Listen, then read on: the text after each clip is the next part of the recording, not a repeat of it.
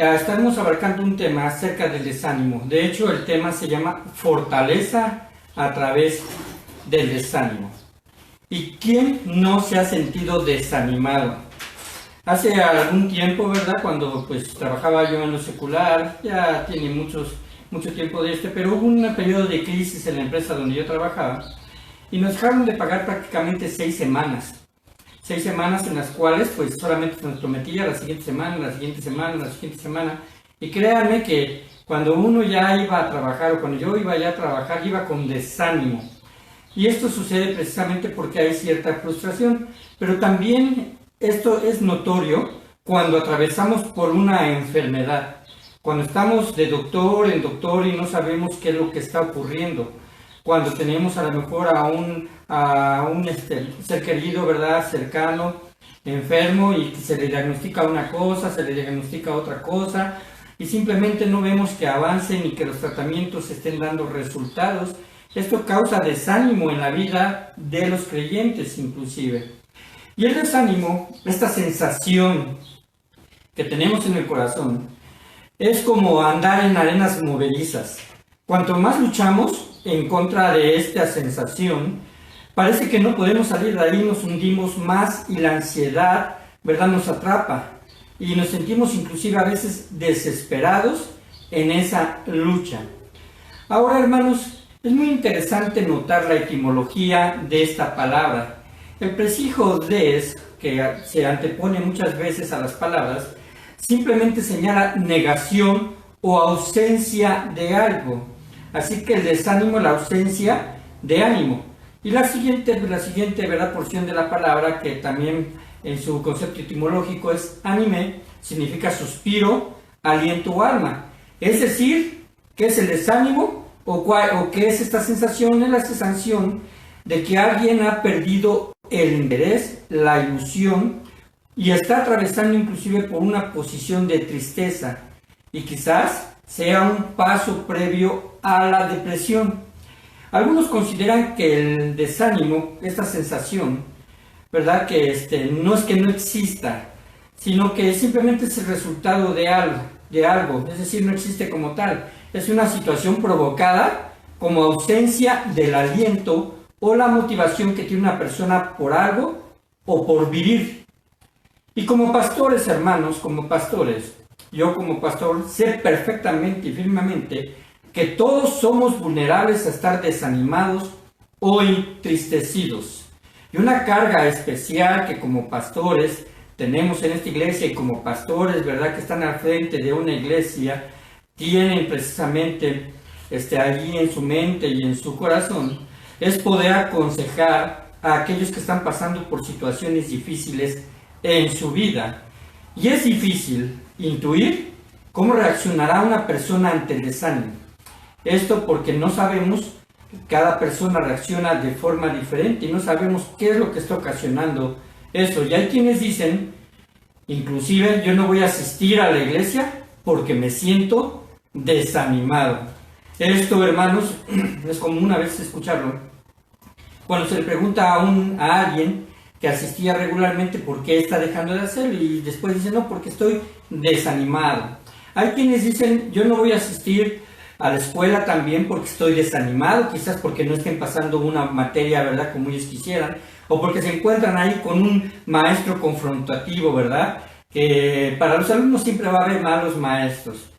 Y que pues nosotros hemos pasado también por esas experiencias y no dudo que a lo mejor en alguna situación sí suceda, pero casi siempre le achacamos a otro nuestra frustración, ¿verdad? Y que las cosas no salgan como deben de ser. O también desánimo para ir a trabajar o para atender la casa, y en realidad es una sensación la cual como cristianos debemos superar. Vuelvo a repetir, esta sensación de desánimo es una sensación que en la vida del cristiano se debe de superar. En cierta ocasión, un domingo por la mañana, una pareja se acababa de despertar, ¿verdad? Y una pareja de cristianos acababa de despertar y ahí estaban en la cama y el esposo le dice a su esposa, no tengo ánimo de ir a la iglesia, creo que me voy a quedar aquí. Me duele la cabeza, ¿verdad? Dice este hombre, y dice, me duele la cabeza solo de pensar en lo que vi el domingo pasado. Así que la esposa le pregunta, ¿qué viste? vi como un hermano se dormía a mitad de la predicación. Estamos hablando de otra congregación, ¿eh? También vi como otros estaban entretenidos con sus celulares. Y al final escuché a una hermana que dijo que la predicación fue demasiado larga.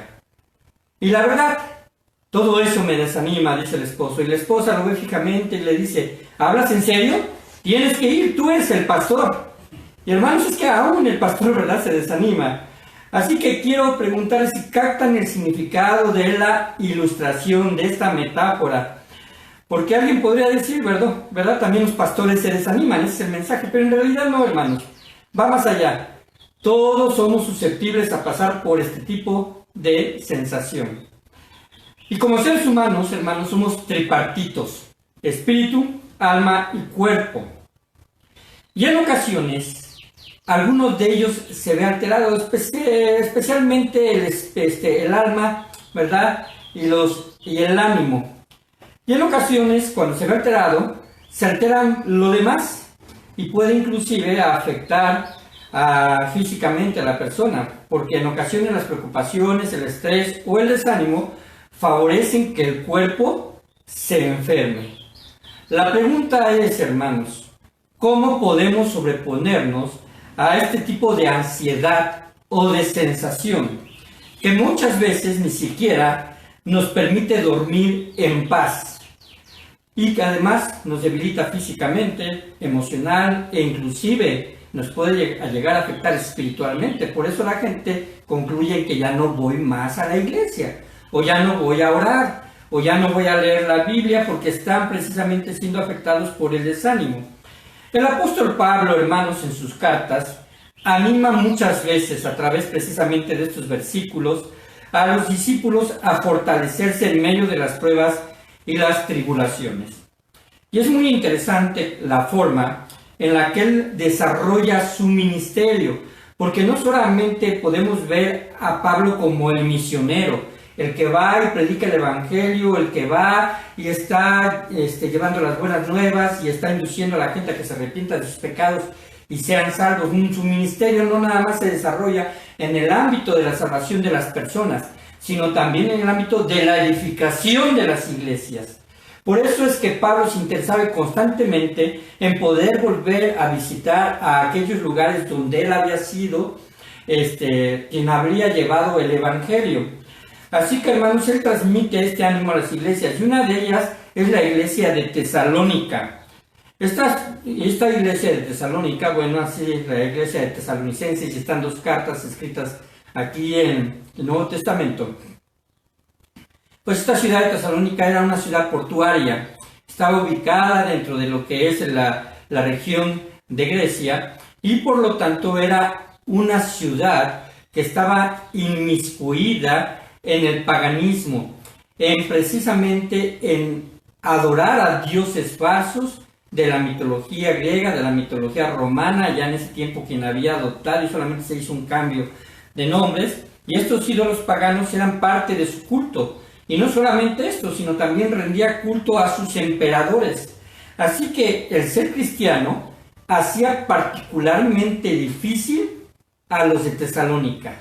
Es decir, en un ambiente así ionizado, con este tipo de pensamientos, era complicado, ¿verdad? Porque anteriormente, vamos a decirlo así, los creyentes cuando vivían en esa cultura no tenían problemas con vecinos, no tenían problemas con ir a comprar al mercado, no tenían problemas con los soldados del emperador, con nada de todo esto. Pero una vez que se convirtieron, tuvieron que resistir las tribulaciones y las pruebas que llevaba el hecho de confesar a Jesucristo como su Salvador. Y hermanos, ya que los discípulos también aquí en este tiempo rechazaban cualquier clase de adoración a esas deidades, bueno, les trajo problemas serios. Ahí en el libro de Hechos 17, no vayan, solamente estoy haciendo referencia, en Hechos 17 se narra que los incrédulos de aquella ciudad de Tesalónica intentaron atacar la casa de un discípulo llamado Jasón, un creyente que en ese momento hospedaba a Pablo y a Silas. Entonces, ¿qué es lo que hacía la gente pagana? Intenta tomar a Pablo, intenta tomar a Silas para llevarlos a autoridades. Pero al llegar a la casa de Jasón ya no estaban ellos, los habían prevenido y habían sido escondidos. Pero entonces la gente, al no lograr su cometido, llevaron a algunos del grupo de creyentes que estaban reuniendo en esta casa. ¿Para qué? Para ser enjuiciados con las autoridades de la ciudad. Aquí vemos parte de lo que los primeros cristianos tenían que sufrir. Y entonces, las autoridades, tratándose de gente nativa de ahí, pues no los azotaron, pero les impusieron multas, les impusieron este tipo de presión, ¿verdad?, financiera, para contar de disuadirlos a que se reunieran nuevamente. Así que, hermanos, esta iglesia de Tesalónica se fundó en medio de la persecución, de tal forma que Pablo y Silas tuvieron que salir a abandonar esa ciudad por su propia seguridad.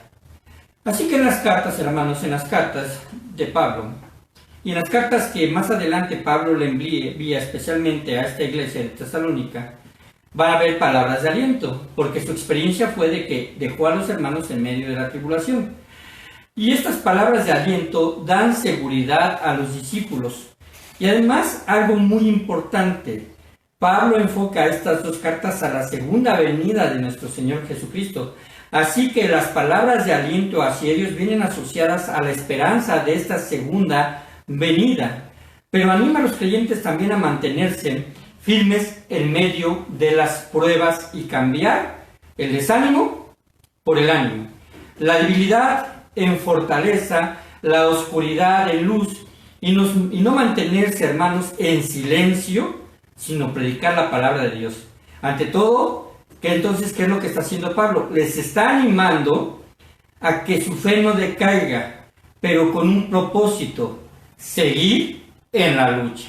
Y eso es precisamente lo que Dios quiere al retomarnos, al reavivar nuestro ánimo en nuestro corazón para que sigamos en la lucha. Así que en medio de estas circunstancias podemos aprender las mismas verdades que Pablo le da a esta iglesia. Así que vayamos a Primera de Tesalonicenses, capítulo número 5. Primera de Tesalonicenses, capítulo número 5. A partir del versículo número 12, hay exhortaciones de Pablo. De hecho, tienen un pequeño, si tienen la Reina Valera 1960, ¿verdad?, que estas Biblias que contienen algunos subtítulos, allí dice: Pablo exhorta a los hermanos. Y estas exhortaciones, hermanos, son las que nosotros también debemos afianzar para nosotros como iglesia de Cristo y mantenernos triunfantes en medio del desánimo. Claro, el desánimo provocado por enfermedad, por problemas, por el COVID, por la situación de falta de trabajo, por la situación de estar detenidos y sin actividades, no solamente laborales, sino escolares. Así que podemos aprender algo, hermanos. El punto número 1 lo voy a empezar a desglosar a partir del versículo número 12, y dice así: Os rogamos, hermanos, que reconozcáis a los que trabajan entre vosotros y os presiden en el Señor y os amonestan, que los tengáis en mucha estima y amor por causa de su obra. Este versículo nos habla y podemos sacar una enseñanza con respecto al desánimo. Así que el punto se podría llamar así: obtenemos fortaleza cuando reconocemos el trabajo de otros. Es decir, hermanos, usted puede transmitir ánimo a alguien por reconocer el trabajo que realiza. Recuerden la metáfora del pastor, ¿verdad? Que él ya no quería ir a la iglesia. No sé si ella quién iba a predicar, a lo mejor también tenía un copastor, ¿verdad? Y lo que sucede, hermanos, recuerden esta metáfora: el pastor ya no quiere ir a la iglesia ese domingo, y si hay alguien de quien se espera que no falte a los cultos, es el pastor. Y además, ¿verdad?, con buena actitud. Así como si cuando uno sirve las mesas en un restaurante, ¿no?, de buena manera y sonriendo. De esa forma, a lo mejor se espera que el pastor esté siempre allí en la iglesia. Y durante los cultos, en los cultos normales, hermanos, aparecía allí, ¿verdad?, una imagen dentro de la proyección que decía apaguen sus celulares. Y ahora, hermanos, es al revés. Ahora tengo que decirles prendan sus celulares, ¿verdad? Ahora prenden sus celulares y además véanlos. Lo que antes se decía acá en el culto, apaguen sus celulares y no estén distrayéndose, ahora préndanlos a la hora que debe de ser, ¿verdad? No estén pasando del Face al WhatsApp y después al YouTube, no lo hagan. Quédense, sí, en el Face, pero en la página de la Iglesia Bautista de Pachuca. Así que, hermanos, es paradójico, lo que antes parecía ser una barrera, ahora, hermanos, es un medio y una herramienta. Pero me pregunto esto, ¿qué pasaría si nos hubiéramos quedado así, sin transmitir las predicaciones y esperar a que pasara la cuarentena? ¿Qué pasaría con mi vida? ¿Qué pasaría con su vida? ¿Qué pasaría con la vida de los hermanos que están pasando por alguna prueba? ¿Qué pasaría? ¿Cuál sería el porcentaje de desánimo actual de cada uno de los corazones de nuestros miembros amados de esta iglesia? Y además, ¿quién se preguntaría si estamos trabajando los pastores, verdad? Así que, hermanos, el reconocimiento hacia el esfuerzo de alguien, ya sea padre, hermana, madre, amigo, compañero de trabajo, esto, hermanos, siempre va a dar ánimo para continuar su labor. Va a dar ánimo. Es dar honor y recompensar con palabras o pequeños detalles a quien es fiel en su labor.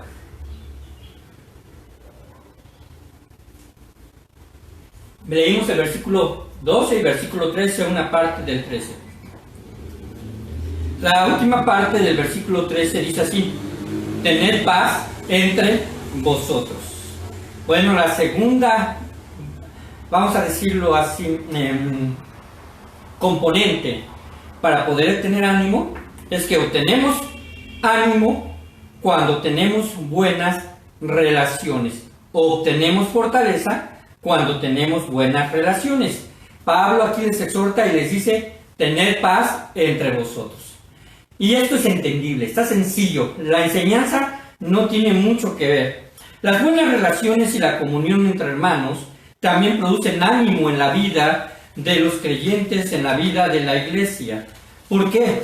Porque cuando nos interesamos en tener buenas relaciones, entonces estamos demostrando un interés sincero para ofrecer ayuda desinteresada. Las palabras, hermanos, bien intencionadas, aunque a veces parecen ser un poco duras, son un reflejo de un espíritu apacible y de palabras sazonadas en medio de las debilidades que quizás estén algunos pasando. Así que, hermanos, esto también debemos fomentar en nuestra iglesia, tener buenas relaciones. Estamos en el segundo punto, son 8, así que nos vamos a ir también dinámico. El versículo 14 y 15 dice así: también nos rogamos, hermanos, que amonestéis a los ociosos, que alentéis a los de poco ánimo. Yo sé que ahí usted lo leyó, y en su mente hasta lo dijo, ¿verdad? O a lo mejor con su voz. Que alentéis a los de poco ánimo, que sostengáis a los débiles, que seáis pacientes para con todos. Mirad que ninguno pague a otro mal por mal.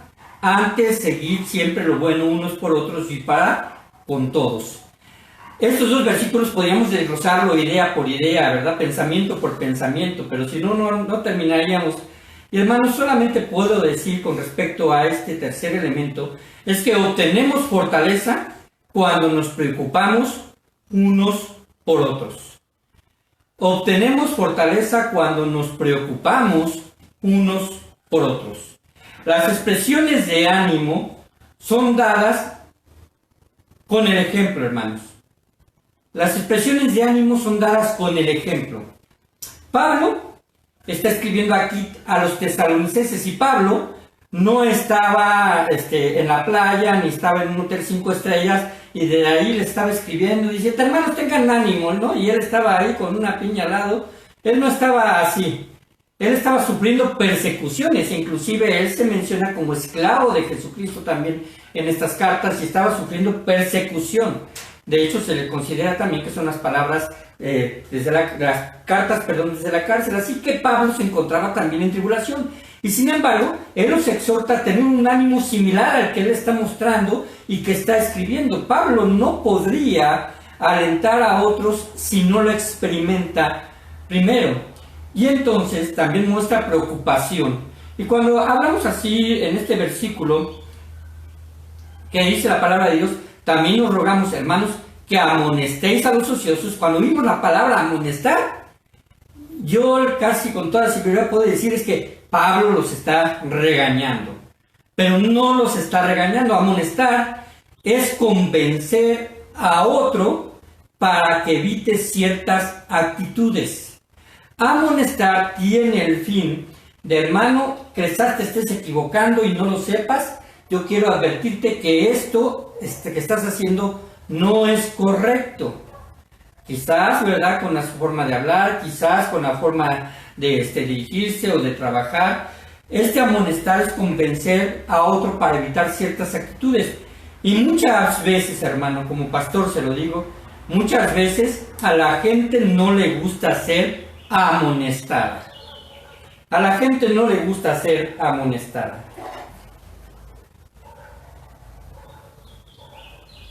Y por otro lado, hay quienes vienen a ver al pastor para que regañe al esposo, para que regañe a la esposa, para que regañe a la hija o para que regañe al hijo. Y no se trata de esto. Se trata de que cada uno de nosotros, den cuenta que este pasaje no le está hablando a pastores, le está hablando a la iglesia, a los discípulos en general, que tenemos que tener una actitud madura para poder llevar a cabo también estos elementos. Así que en ocasiones, ¿verdad?, esto se le deja únicamente al pastor. Y cuando lo hacemos, hermanos, cuando lo hacemos los pastores, corremos el riesgo de que nos bloqueen en sus celulares. Esa es la realidad. De repente le dices, amonestas a alguien y a lo mejor tratas de ser sensible, pero a veces quizás no seas tan sensible, pero no vas con una mala intención y pácatelas, te bloquean, ¿no? ¿Y qué es lo que pasa con respecto a esto? Bueno, simplemente la gente cuando actúa de esa forma está indicando una actitud no sensible a la reprensión y una reprensión correcta. Hermanos, las actitudes de benevolencia mutua es preocupación. Es decir, yo tengo una actitud de benevolencia hacia otro es porque me preocupo. También tiene que ver con la intención de que algún hermano no continúe en el error y que cobremos ánimo para continuar luchando juntos. El versículo 16 dice así: estad siempre gozosos. Este es otro elemento. Obtenemos fortaleza cuando tenemos gozo. Obtenemos fortaleza cuando obtenemos gozo. Y para obtenerlo hay que buscarlo a pesar de las pruebas. El gozo, hermanos, es una virtud, es un parte del fruto del Espíritu. Cuando ahí precisamente Pablo está mencionando acerca del fruto del Espíritu es amor y el siguiente es gozo. Y este gozo, hermanos, no es la intención de reír, ¿verdad? De estar en constante algarabía, a pesar de las situaciones por las situaciones que estamos pasando. Esta virtud, hermanos, aunque expresa intensidad emocional también muchas veces, es que es la manifestación externa de nuestra confianza interna en las promesas de Dios. Es decir, yo puedo transmitir gozo porque sé que atrás de lo que está ocurriendo en mi vida, Dios me ha prometido que está conmigo. Jesucristo dijo: he aquí yo estoy con vosotros todos los días hasta el fin del mundo. O en el mundo tendréis aflicción, pero confiad, yo he vencido al mundo.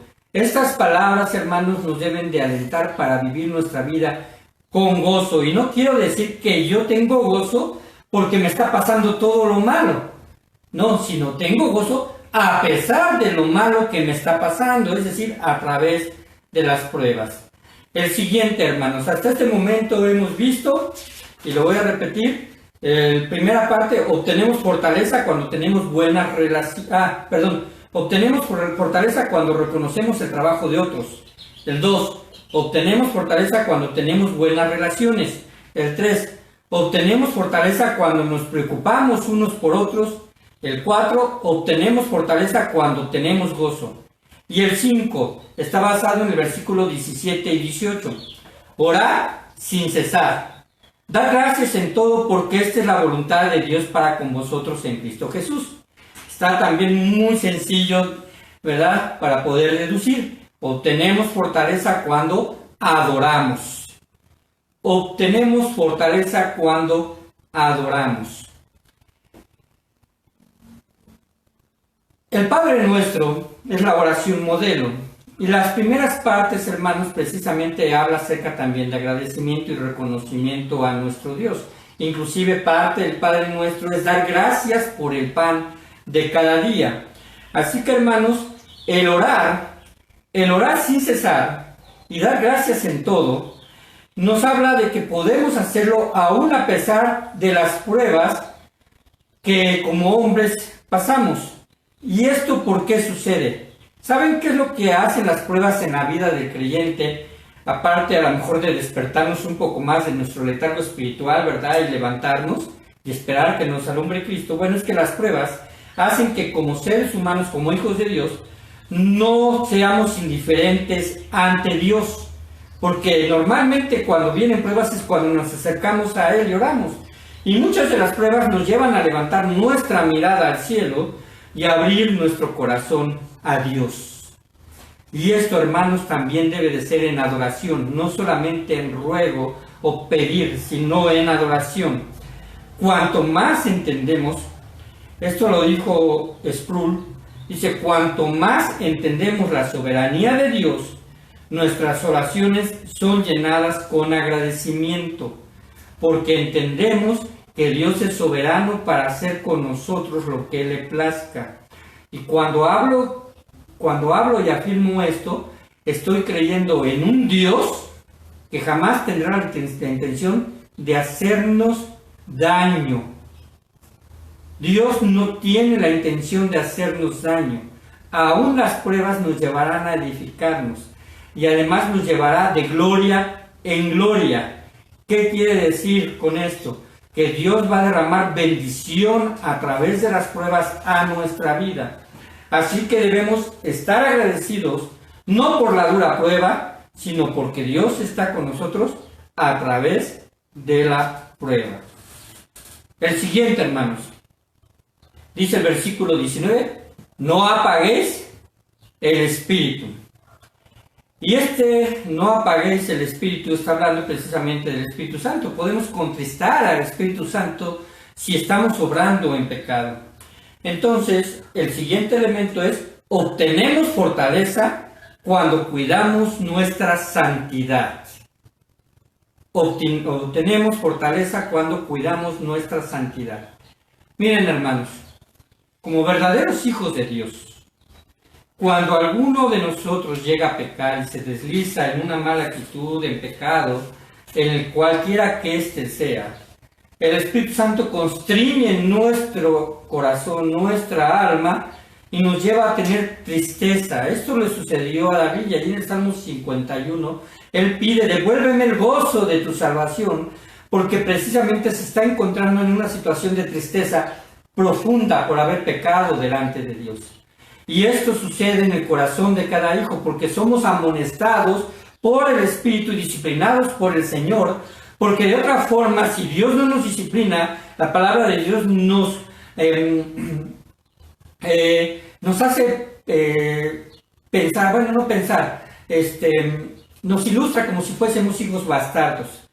Es decir, nosotros, porque somos sus hijos, Dios actuará de tal forma que nos hará redirigir nuestra mirada a Él y arrepentirnos de nuestro pecado.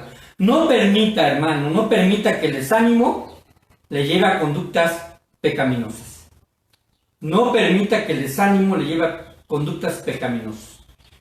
Ciertamente, desanima no tener quizás dinero, quizás trabajo, pero no por eso me voy a dar a robar. No por eso me voy a dar a violentar a alguien. No por eso me voy a dar a hacer cosas incorrectas. No permita que el desaliento le lleve a conductas pecaminosas, creyendo que no vale la pena continuar.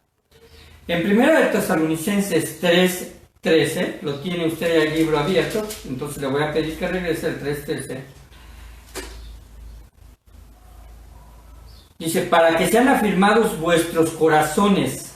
Y después la siguiente idea, irreprensibles en santidad delante de Dios nuestro Padre, en la venida de nuestro Señor Jesucristo con todos los santos. A versículos que los anteponen, él está hablando acerca de que podemos orar de noche y de día, de que podemos poner nuestra confianza en el Señor y que el Señor nos haga crecer y abundar en amor unos con otros. Yo creo esto, hermanos. Yo creo que en tiempos de prueba, en los miembros de la iglesia, la familia de Dios no tiene por qué pasar necesidad, porque otros pueden salir en su ayuda. Y mostrar amor unos por otros es a través precisamente de poder dar o abastecer en las necesidades más básicas a las mismas personas que comparten con nosotros la misma fe. Por eso a veces nosotros, yo como pastor, insisto en que no nos olvidemos de las despensas. Esa práctica, esa virtud, hermanos, lleva a mostrar amor hacia otros. Ya se han entregado algunas despensas, pero debo decirles que en este momento no hay para repartir. Y no es una invitación, ¿verdad?, apelando a tener un poco de compasión, ¿no, hermanos? Es una actitud cristiana que debemos de tener unos con otros. El versículo 13, que estábamos leyendo del capítulo 3, el 12 dice así, y el Señor os haga crecer y abundar en amor unos para con otros y para con todos, como también nosotros lo hacemos para vosotros. ¿Saben que esto es recíproco? Recibe bendición tanto el que recibe como el que da. Hermanos, obtenemos fortaleza cuando cuidamos nuestra santidad. El siguiente punto, y es el penúltimo, el versículo número 20 dice así, no menosprecéis las profecías. Hermanos, la idea central es esta. Obtenemos fortaleza a través de su palabra. Obtenemos fortaleza a través de la palabra de Dios. El Salmo 119, 25 al 28, dice así, y lo voy a leer en la versión de las Américas. Es muy parecida, no hay ningún problema con el contexto, las dos traducciones son muy buenas traducciones, pero me gustó más la forma en que habla con respecto a esto. Dice el Salmo 119, 25 al 28. Postrada está mi alma en el polvo. Aquí está hablando precisamente el salmista y dice, mis emociones están entristecidas, estoy como si estuviese en tierra.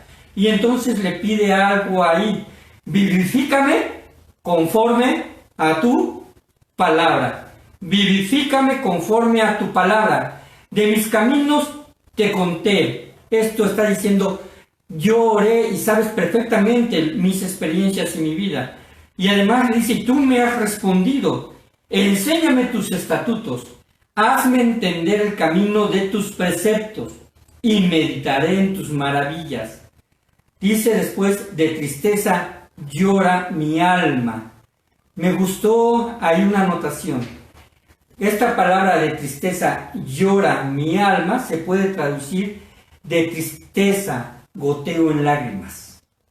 Esto está hablando de alguien que tiene una profunda tristeza, pero dice que encuentra regocijo en la palabra de Dios, porque después dice, fortaléceme conforme a tu palabra. Hermanos, el aprender los estatutos, el hacernos entender sus preceptos, nuestro Dios, y el meditar en sus maravillas a través de lo que Dios ya ha hecho a otros personajes, ¿verdad?, bíblicos, historias verídicas, nos debe de llenar de aliento para poder obtener fortaleza a través de su palabra. Alguien una vez le preguntó a su mamá, ¿verdad?, ¿qué puedo hacer con la Biblia? Y la mamá le dijo mole. Yo creo que de aquí se sacó esa idea, ¿no? Le dijo mole. ¿Y qué es esto? Bueno, es un acróstico. Memorízala, obedécela, léela y escúchala.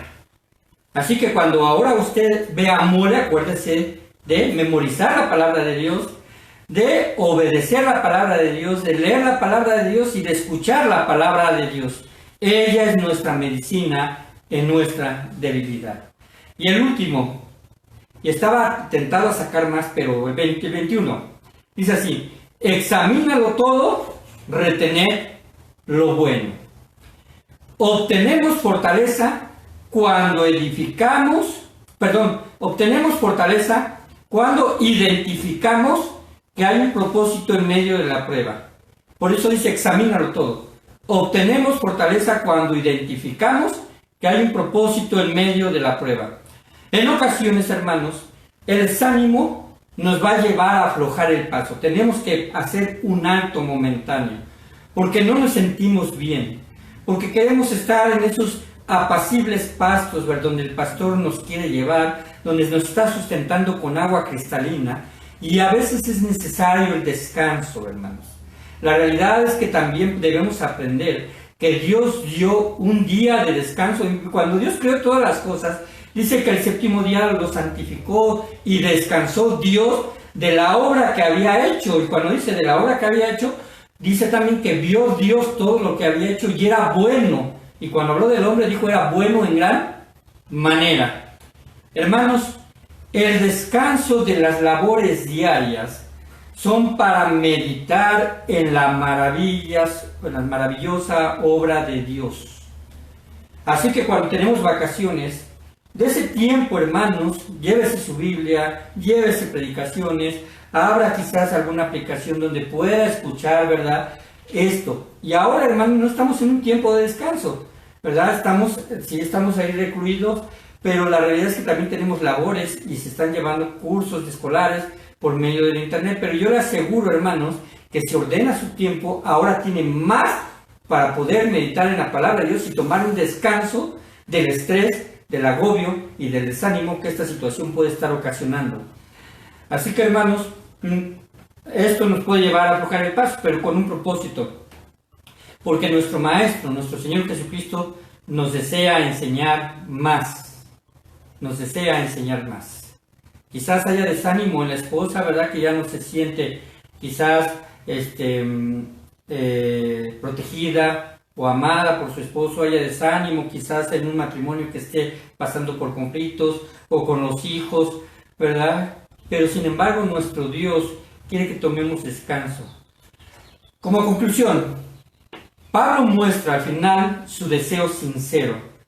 Al final del capítulo 5, dice el versículo 27, os conjuro por el Señor que esta carta se lea a todos los santos hermanos. La gracia de nuestro Señor Jesucristo sea con vosotros. Amén. Cuando dice ahí, os conjuro, le está diciendo en otras palabras para que podamos entender más. Les encargo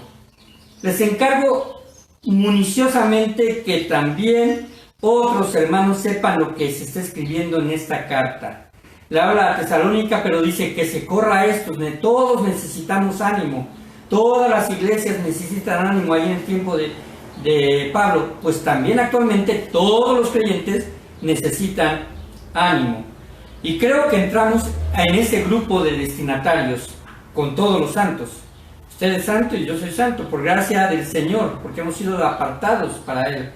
Así que, hermanos, somos tan vulnerables como los discípulos de Tesalónica, y en ocasiones la cuesta arriba, como si vamos caminando, ¿verdad?, hacia una ladera muy empinada, parece no terminar. Pero al llegar a la cima, apreciaremos el horizonte y la voluntad de Dios, que es buena, agradable y perfecta. La voluntad de Dios es buena, agradable y perfecta. Así que, hermanos, así como estábamos oyendo el fondo de un himno, ¿verdad?, cuando te sientes cansado y abatido, dilo a Cristo. Si te sientes triste y deprimido, dilo a Cristo, o abatido. Hermanos, tenemos que decírselo a Él. Tenemos que decírselo a Él. Podemos nosotros flaquear, sí, es una emoción, es un sentimiento, o más bien es una sensación que a veces tenemos como hijos de Dios, pero no debemos de permanecer en esa sensación. El permanecer mucho en ese tiempo, hermanos, el permanecer mucho ahí, no es algo que Dios quiere. Nuestro Dios nos quiere llevar sobre la roca que es más alta que yo, y esa roca es Jesucristo. Así que, hermanos, estemos confiados que nuestro Señor todavía nos sigue ayudando, todavía está con nosotros, y cada día, hermanos, nos anima a que tengamos paciencia, a que podamos soportar la prueba y además a que nos esforcemos y luchamos por lo que viene. Dios les bendiga, hermanos, y el día de mañana nos estaremos escuchando.